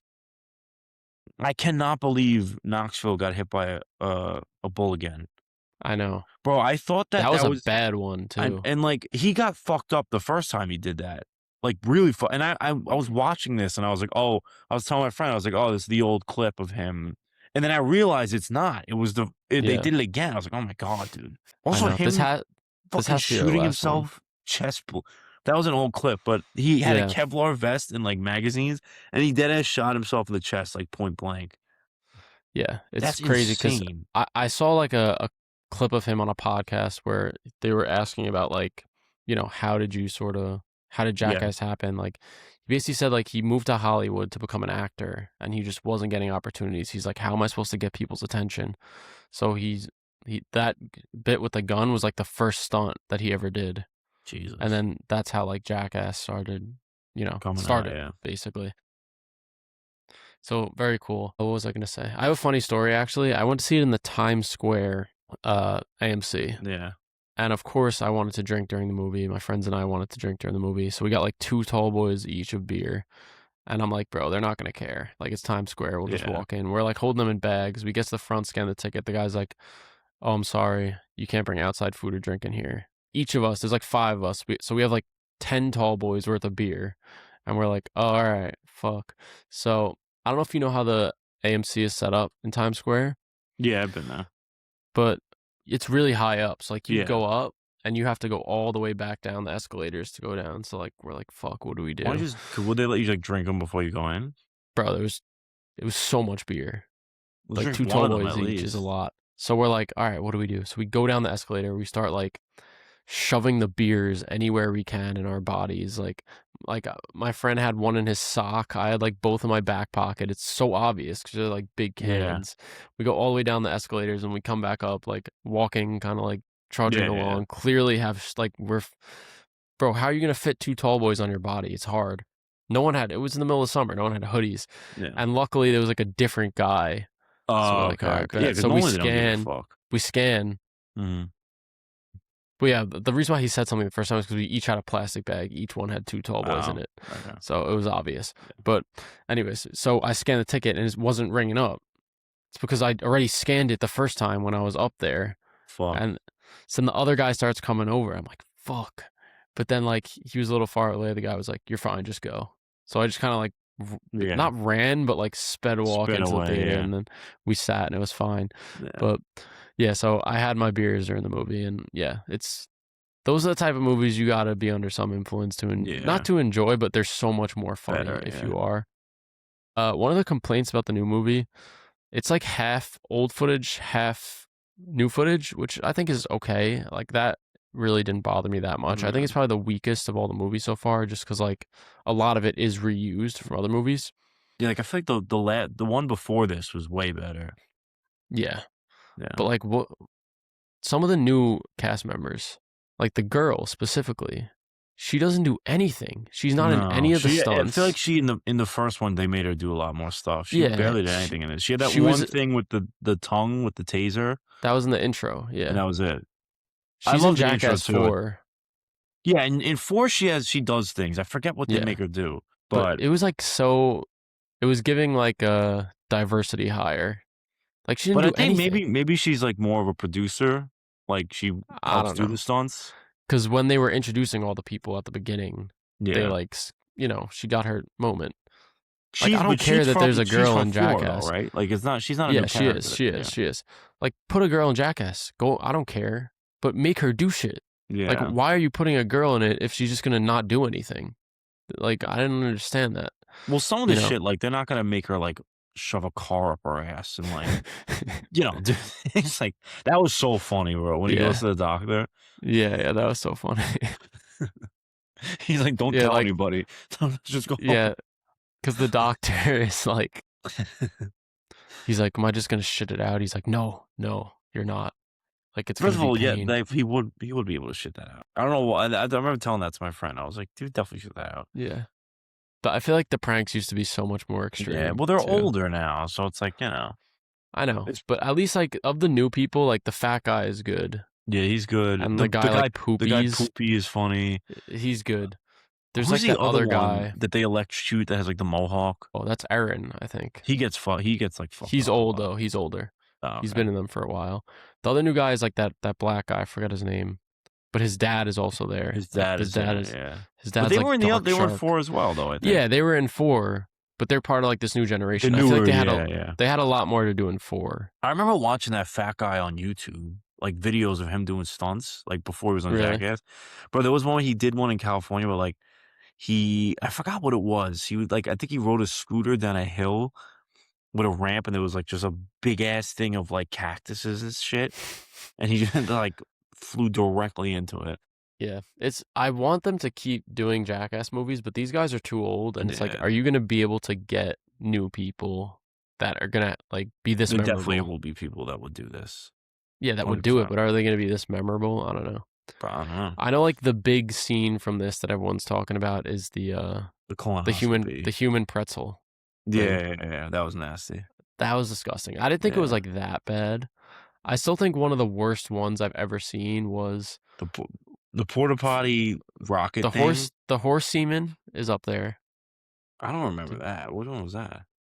The guy, like, you know how when they have to extract the semen from the horses, they like Yeah, put the thing and like there was one where they did it and I forget the guy's name, but it's the one that's like always half naked. yeah. He literally just like took it and just drank it straight from Oh my there. god. And then another one that was insanely disgusting was they put Preston, who's the fat guy, on a treadmill and had him wear like Oh, a I suit remember, yeah. And they, like and then collected his sweat and then Steve-O like took a shot of the sweat. Oh my god. So disgusting. that I was thought nasty. those were worse than I the thought the worst one was the porta potty rocket thing. That was yeah, disgusting. yeah. The human pretzel though, it That was was pretty bad. gross, but Yeah, it that was wasn't bad. that It's, like, bad. embarrassing, Yeah. though. But, like, you can't control yourself when you take that thing. It's just like, Yeah. yeah. Yeah. But But anyways, yeah. yeah, Jackass was it was a lot of fun. I like that we're able to watch that in a theater, you know. Yeah, yeah. No, I So, agree. It was short. That was the only other thing too. It was a little short. yeah. What'd you think of Minions? Moving on. I liked Just it. like briefly Yeah, cuz we'll save it. I did enjoy it. If you honestly, it reminded me a lot of Babylon. I'm not gonna lie to you. Really? Yeah, yeah. That's like in terms of like what the story's about. It reminds me a lot of Babylon. You're gonna like it. There's a lot of like animation's great. It's a lot of movie references and stuff. You know what's funny is like most of the movie, the minions just speak like minions, and like I didn't even like they remember they were like, oh, there's a 15-minute sequence of minionese. I don't even Yeah. remember when it was because they like the whole time they're speaking in minionese, minionese. But yeah, overall I enjoyed it. I think It's really good, honestly. And All Illumination right. finally, after the 7th film, has cracked how to make a good movie. All right. I'm excited. We'll Yeah. leave it at that though for Yeah, now. yeah. All right. So yeah, we can move on. You want to Yeah, I'll just pull it up read quick. the synopsis for the movie? So I actually was lucky. I bought this on Criterion, and I have the 4K DVD, which I got to watch, which is nice. Nice. It's the hottest day of the summer, and you can do nothing. You can do something, or you can. Sal is the Italian owner of a pizzeria in Brooklyn, a neighborhood local. Bugging Out becomes upset when he sees that the pizzeria's wall of fame exhibits only Italian actors. Bugging Out believes a pizzeria in a black neighborhood should showcase black actors, but Sal disagrees. The wall becomes a symbol of racism that and hate to Bugging Out and to other people in the neighborhood, and tensions rise. This movie was awesome. I love this movie. I love everything about this movie, the people involved, this like the creativity of it, the racial dynamics. I did you introduce this movie to me? I believe I believe so. I think I Yeah. did. Yeah. It's just like such a quintessential. I always associate the summer with this movie as well, just because the heat and everything like that. And also like I don't know, we don't really relate to this too much. I feel like because Italians where we are is like being Italian is like very common where we are. So like Yeah. there's But this was no. like this must have been in like This is in I the don't want to say a 80s. bad area, but like a poorer area in Brooklyn in Yeah, the 80s. and I don't know, just all the dynamics between all the different immigrant groups. I always loved that. I don't know. I really do like this movie. I like the commentary between everybody. I love what's his name, John Turturro and Spike Lee's like banter, and I Yeah. like that like they do they banter, but they also have like deep conversations about racism as well. Yeah. Also the color in this movie is great. Like the opening shot of like that guy, like special needs guy, kind of talking. I was like, why is this brick building like brighter than every fucking movie I've seen this year? And it's literally just like a brick wall. Like you know what I Yeah. mean? Cinematography is amazing. Oh yeah, and it's so creative. Like the opening dance sequence I loved. I love the scene of like they're all telling each other like uh kind of like negative things about the person's race, and it goes from like Sal to what you call it, Ozzy to the cop to the bodega owner. Like I don't know. I thought that was a really creative scene. But yeah, and I'm sorry, I'm hogging the mic. I feel you got to talk a No, little you're bit. fine. You're fine. I loved it as well. And Yeah, speaking of hot city days, this yeah. is where we're at right now.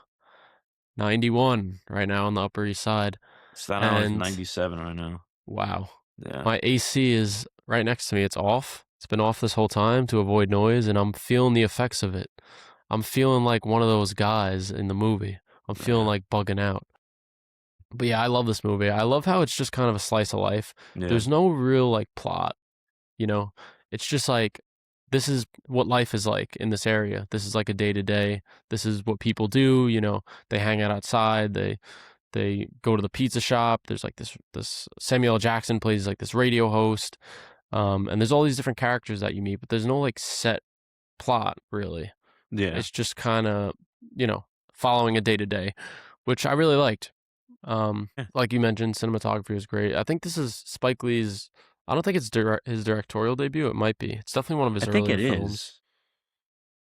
Let me see. I should know this, Did I he guess. did he win anything for this? I don't know. Let me see. Hold on. I wrote down some stuff No, about it. She's Gotta Have It. He directed. It came out in 1986. That's a great movie as well. Let's see. Spike Lee wrote the entire screenplay in 2 weeks. He's I so remember young in reading this that. too. The Yeah, fact that he's like starring in it, directing it, and he yeah, wrote it, it's crazy. I don't know, I feel like especially now, not as much now, like maybe during COVID, I think when all those protests were happening during COVID, I like wanted to rewatch this movie just because of how significant it is yeah.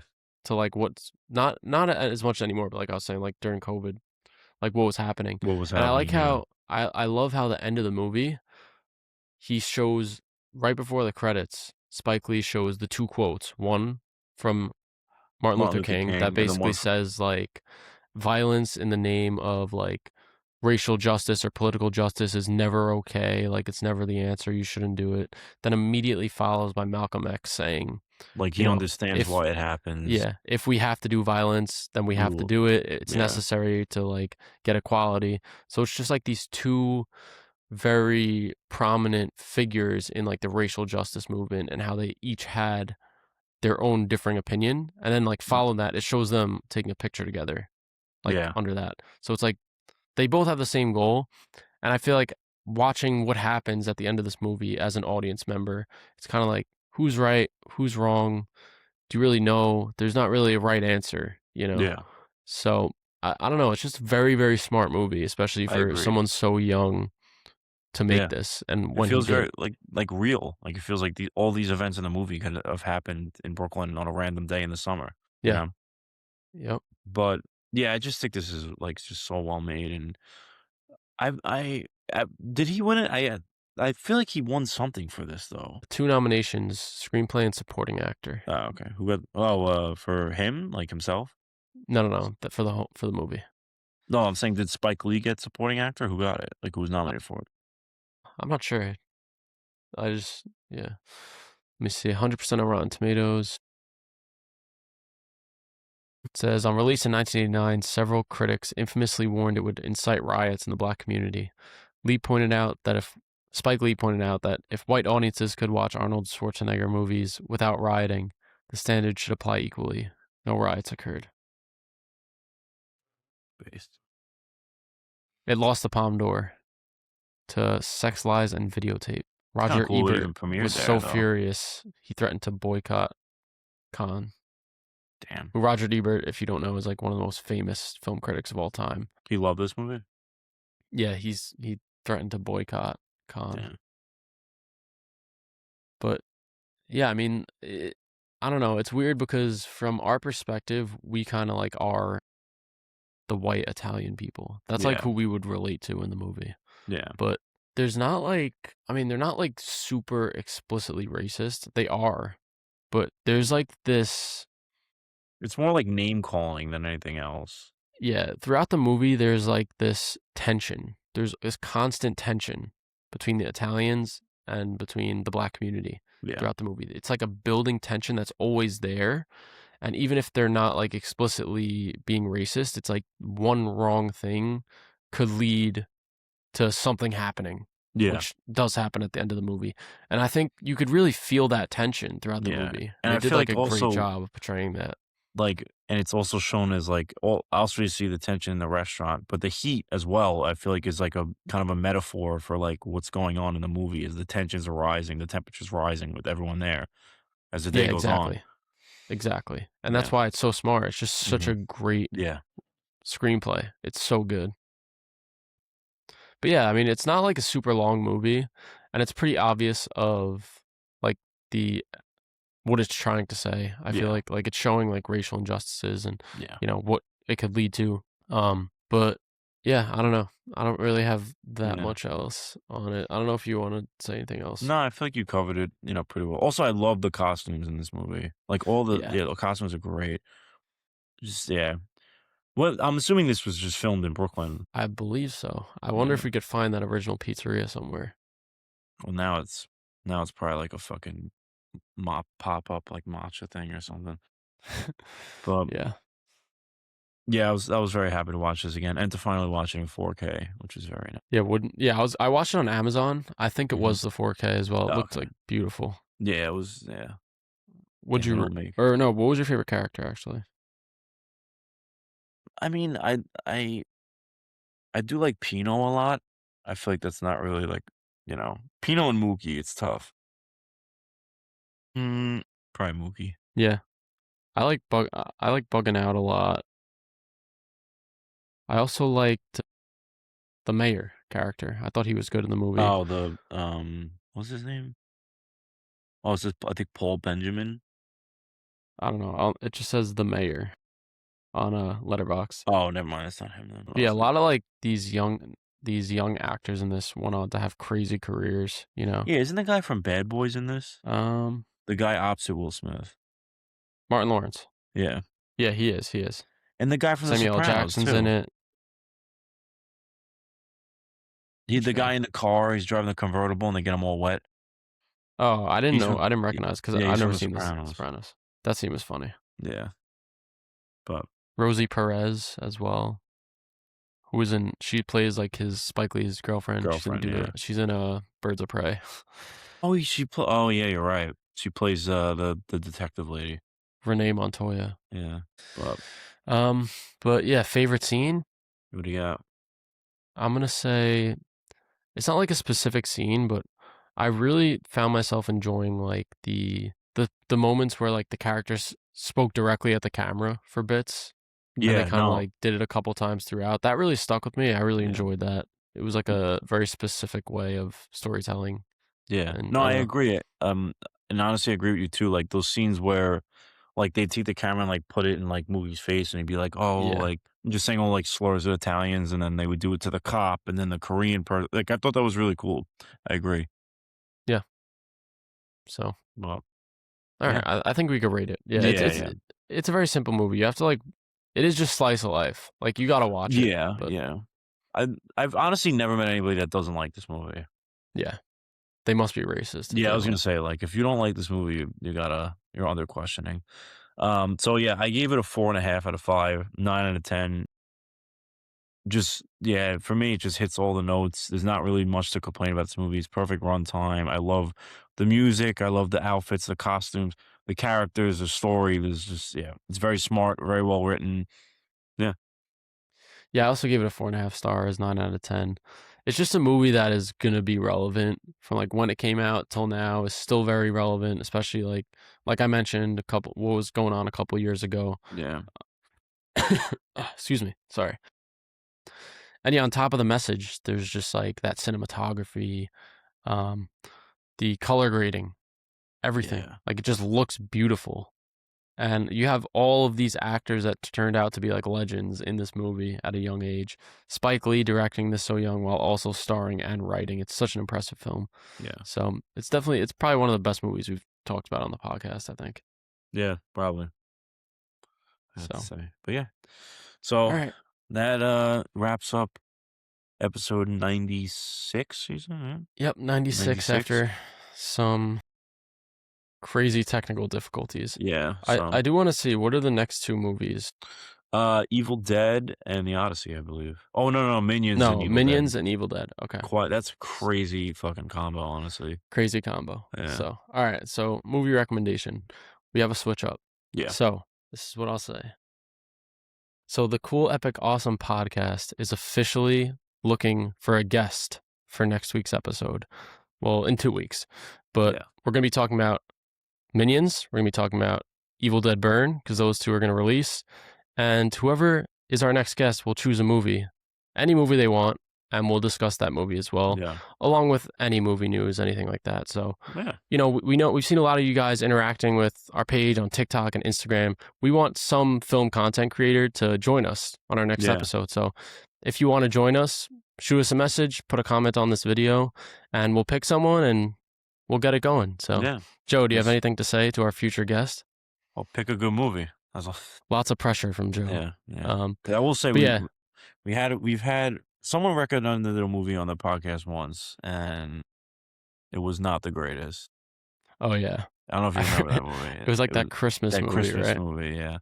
Yeah, that No was something different. disrespect, but yeah, that was not a fun movie. Yeah.